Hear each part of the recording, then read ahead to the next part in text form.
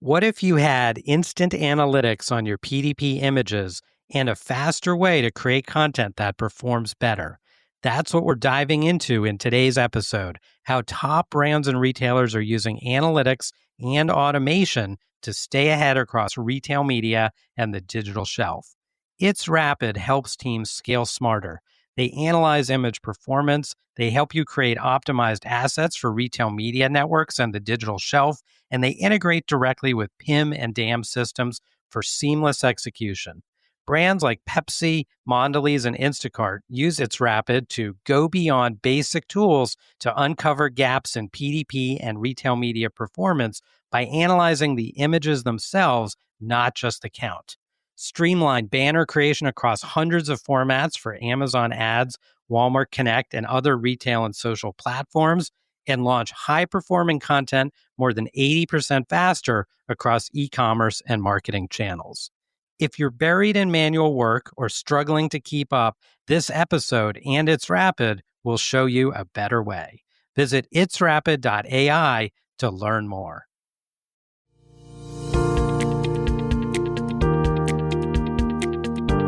Welcome to Beyond the Shelf with Dave Feinlieb. This show is an open exploration of the people and process behind e-commerce. Through conversations with innovators in the space, we learn the stories of these leaders and their strategies for e-commerce success. We publish new episodes every Tuesday morning, so be sure to subscribe wherever you get your podcasts. And now, here's your host, Dave Feinlieb.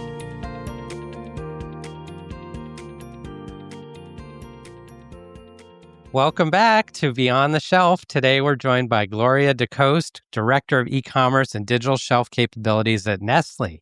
A recognized leader in digital commerce, Gloria is driving transformational changes in how Nestlé operates online, building agile teams and transforming content supply chains to win across the digital shelf.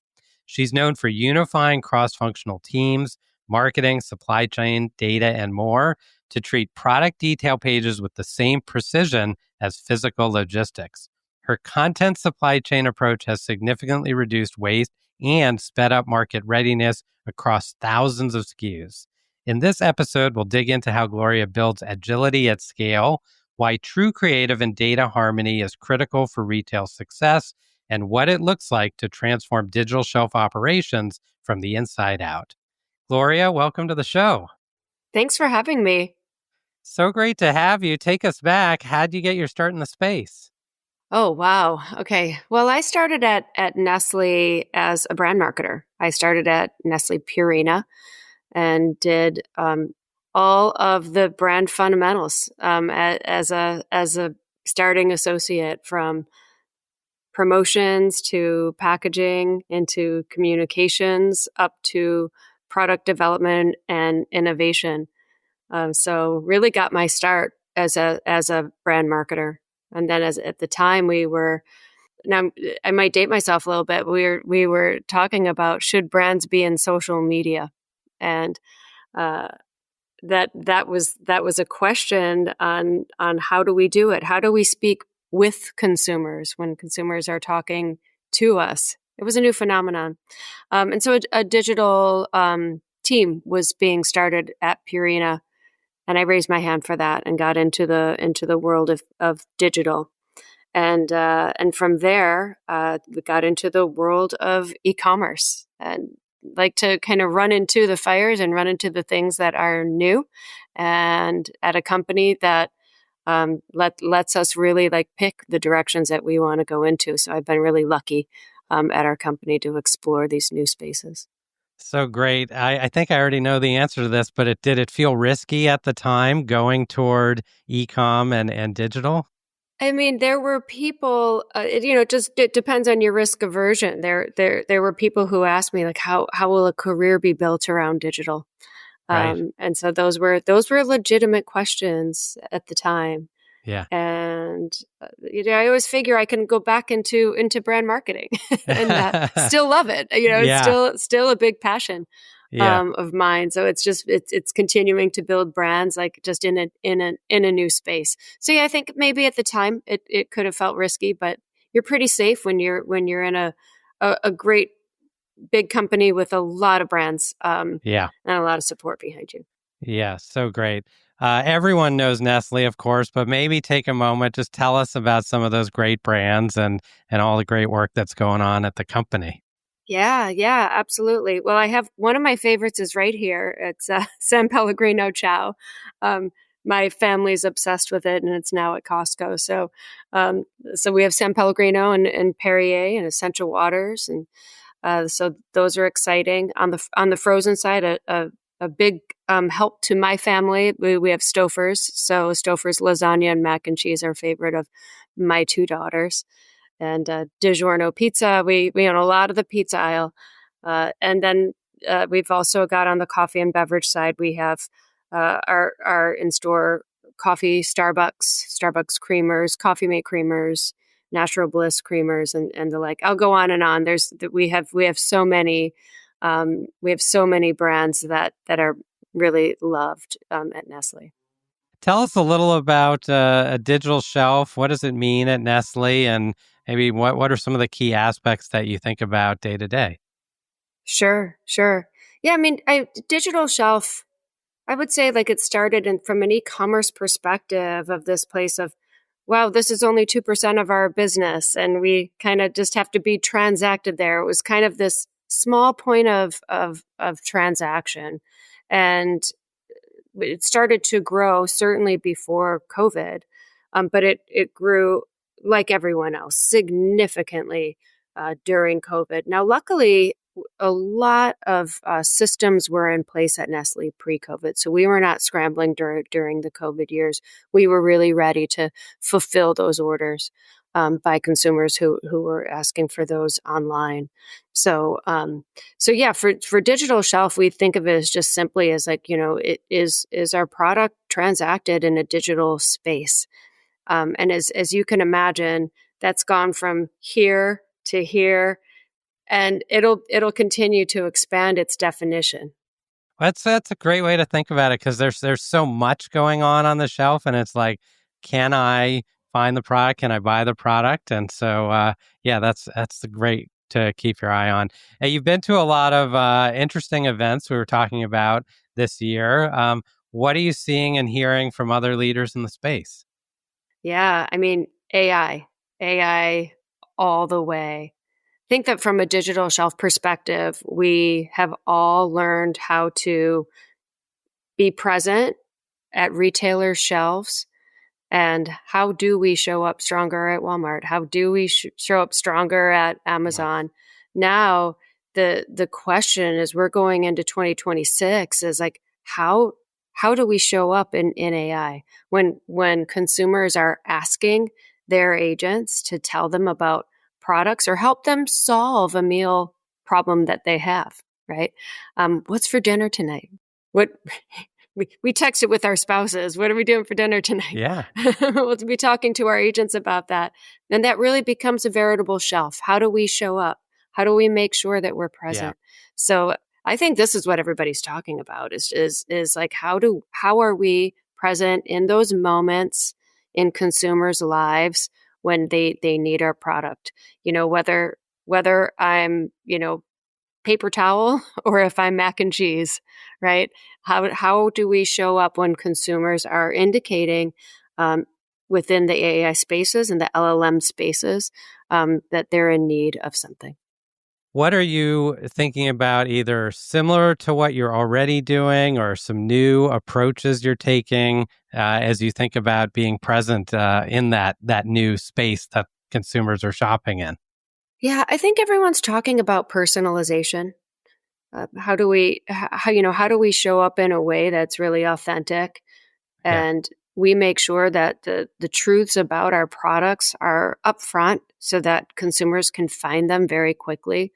We're in a food space, so if we have someone who needs gluten-free, needs nut-free, needs, part of it can be as simple as attributes, right? And the agents can do a great job with that, right?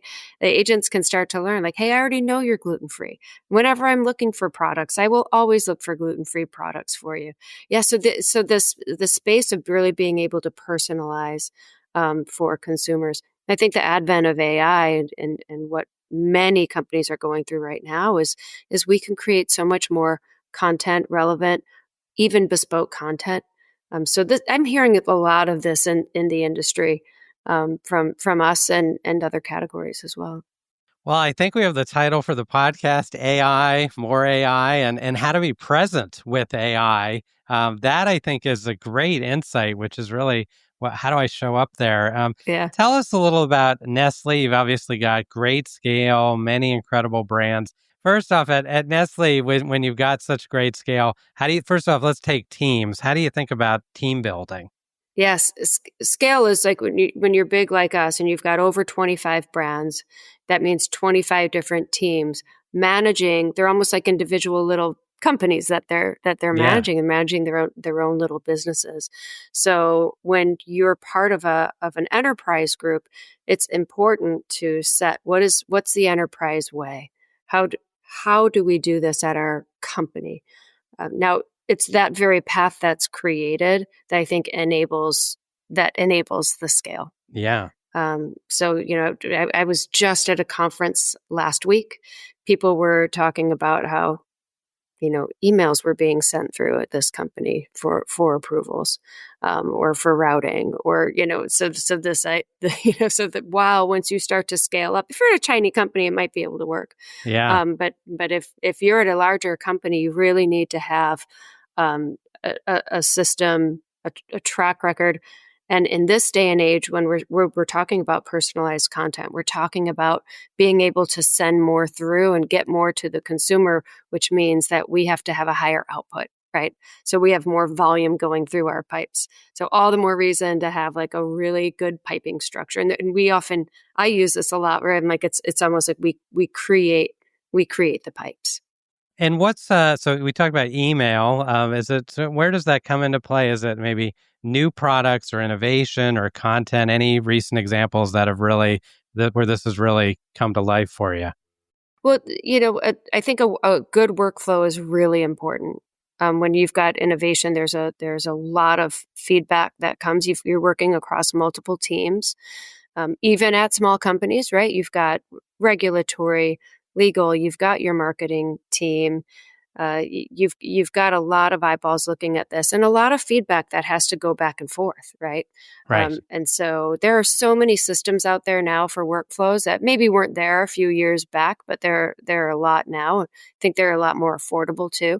And so if anybody's not in a workflow tool, I would encourage them highly to get into those now. Yeah.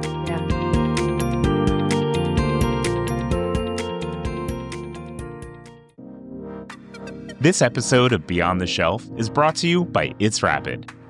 It's Rapid is the platform Pepsi, Mondelez, Instacart, and hundreds of other leading brands and retailers use to build personalized content at scale.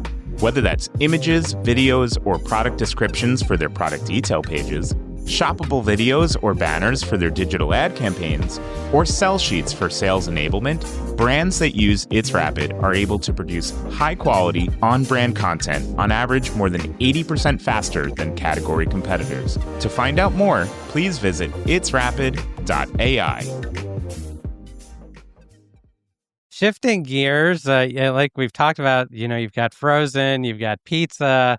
What are some content highlights from the past year that have really stood out for you in your content creation?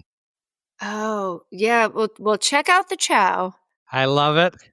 Right. It's just iconic. It's got the beautiful stripes on it.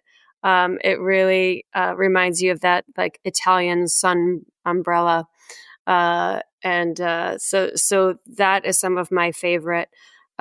We also have cold foam from Coffee Mate, and it's some of my favorite content because it's really a new product that's out there. This idea of cold foam on top of the coffee, and so not only is it's an in-home experience that you would otherwise have paid to have that in a coffee shop.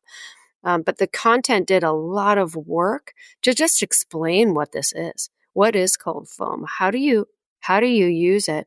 it even just like it needs to be shaken and it needs to be tipped upside down and you need to press the button. And so the content in there, I think, help to not only communicate what the product is, but how to use it. So that's one of my favorites. And then tell us a little about formats. Are you using video? Are you using images, social, retail media? What's kind of the mix look like? Yeah, all of the above. Yeah, It's really interesting because some consumers really love video, right? right. They love to just some like to only look at the first image. Some like to scroll all the way through and see everything. And so this is why it's important to really be there in all ways that we can for however people want to consume. The videos go a long way for two reasons. Like number one, the retailers want us to use them. They score us, right? on, Right, on right. whether they're there or not. You might as well use it to communicate what you've got great products, like use those videos to communicate them. Yeah, so you've got video, you've got I like this idea where you've got a new product and you're really explaining it. And then what are you thinking about for 2026 in terms of content that's on the horizon, or what should people be thinking about? Yeah, I mean, if we go back to that personalization, I think as we watch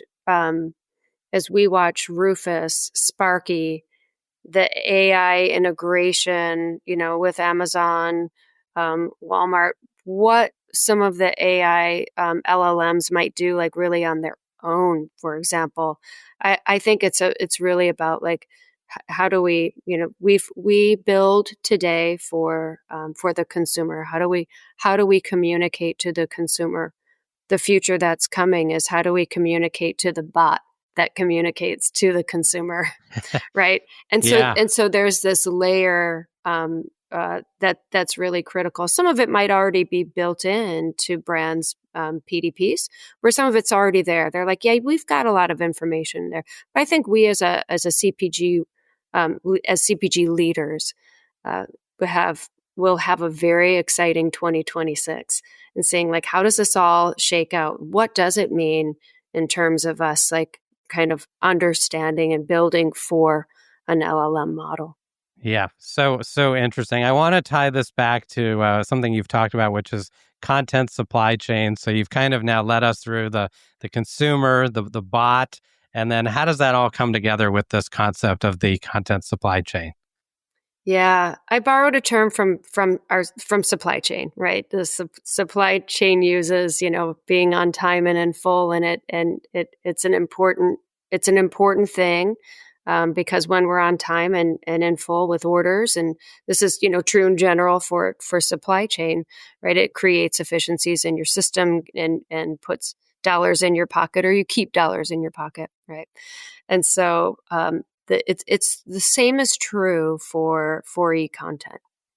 And it really started when Walmart started scoring us on page quality scores, PQS, right?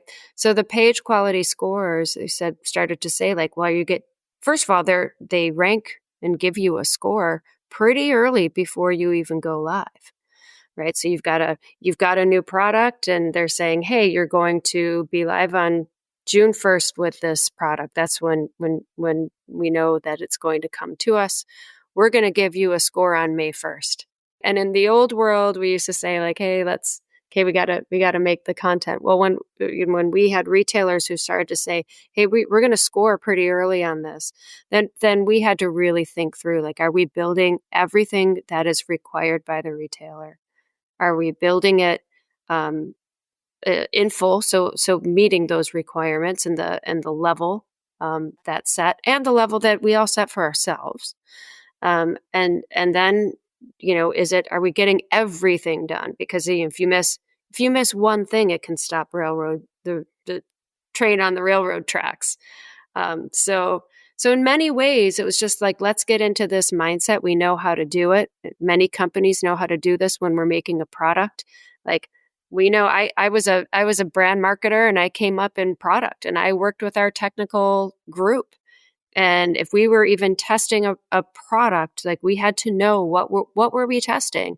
And that test date is June 1st. And by June 1st, like we need to know all of these specific things.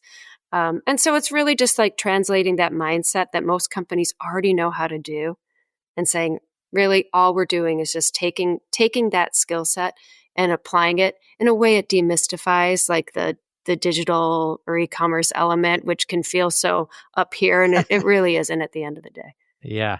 This is a great way to think about it. And I think a very practical way to think about it. You've got the scoring element, and then also just how do I get there? There's a lot of learnings you can take from this other part of the business. So great insights there. Tell us a little bit about any tactics you've used, or maybe recommendations if you're a leader in this space that you might want to apply as we head into the rest of 2026. Yeah, well, the even the idea of thinking on time and in full and thinking of e-content as a supply chain, so borrowing from intelligence that we already have in the organization, it's a good way, like for any leader who's in e-commerce who's trying to bring a new concept into an organization, to really kind of think through that by taking the language people are already familiar with and using that really would be a tip, if you will. All right. Well, so many great topics. We covered your background. Now, I got to imagine that product testing and product development at a place like Nestlé has got to be pretty fun to work on. So, yeah, that's a great way to bring all that together. We touched on AI. Any other areas, approaches that our listeners might want to be thinking about? I think we're all using AI day to day, but anything that really stands out for you? Yeah, but I think that it's just fun to watch where it goes, and the oversteering is one of the things that we talked about in a leadership conference that I was in last week. Is are we all? Or is it going to be like kindergartners playing soccer, where everybody chases the ball this way, everybody chases the ball that way? Like really knowing where do you place your chips? How do you kind of play a little zone on it? It's going to be a while before we really know how this works and who is going to be the leader. Somebody showed a chart of years and years ago, and I think on the chart it was search engines, and it was Ask Jeeves and Yahoo Search, Yeah. and then Google was somewhere like down here as this new player, and we all know how that played out. But had we taken that snapshot in time, we might have all gone with Yahoo. Yeah. Right. And so it's like you have to be, I think just like right now, we need to be conscious that we're in this, new stage. We're in this very early nascent stage. Yeah. Well, I've got the rapid rundown for you now, which is a few fast-paced questions, your quick thoughts. First off, and I may already know the answer to this one, but I'll ask it anyway. Your favorite Nestle product can be a personal pick, of course. Doesn't have to be business related. Yeah, I mean, I showed it so many times. So I showed the chow, and and our health science team, Vital Proteins, has a matcha collagen powder, and I love that. So yeah. Great one to check out. All right. An e-commerce buzzword you would retire today. This is a hard one because I think sometimes in people who work in e-commerce, we might tire of buzzwords before the rest of the world even knows that is a buzzword.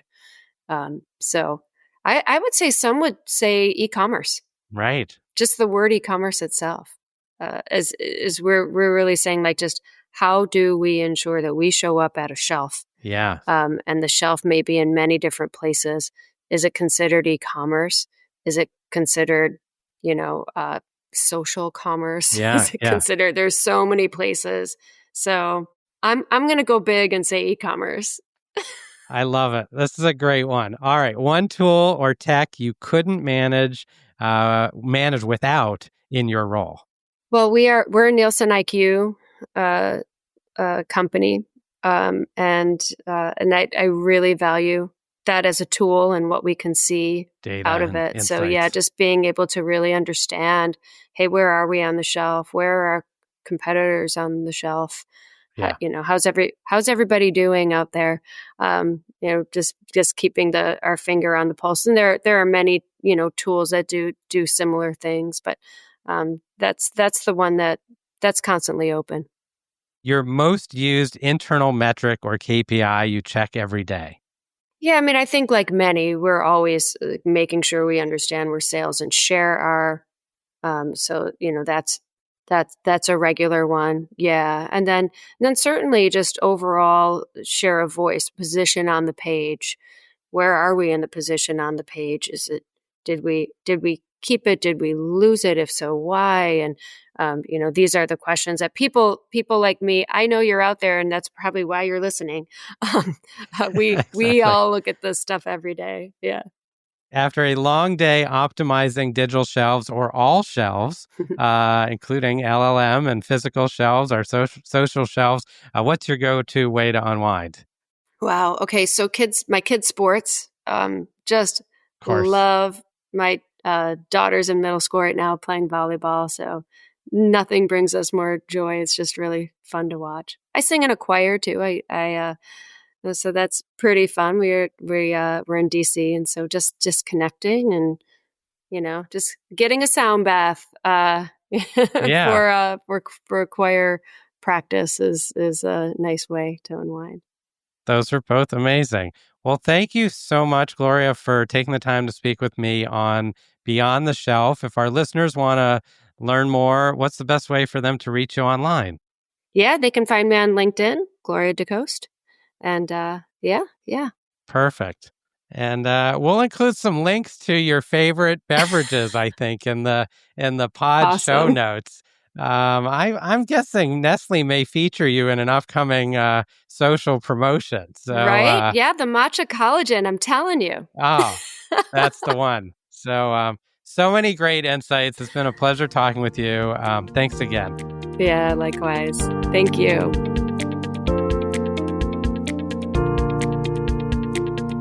That's it for this week's episode of Beyond the Shelf. If you enjoy the show, be sure to like, subscribe, and leave us a review. It really helps us grow. And feel free to share us with your colleagues so they too can hear weekly perspectives from the brightest minds in e-commerce.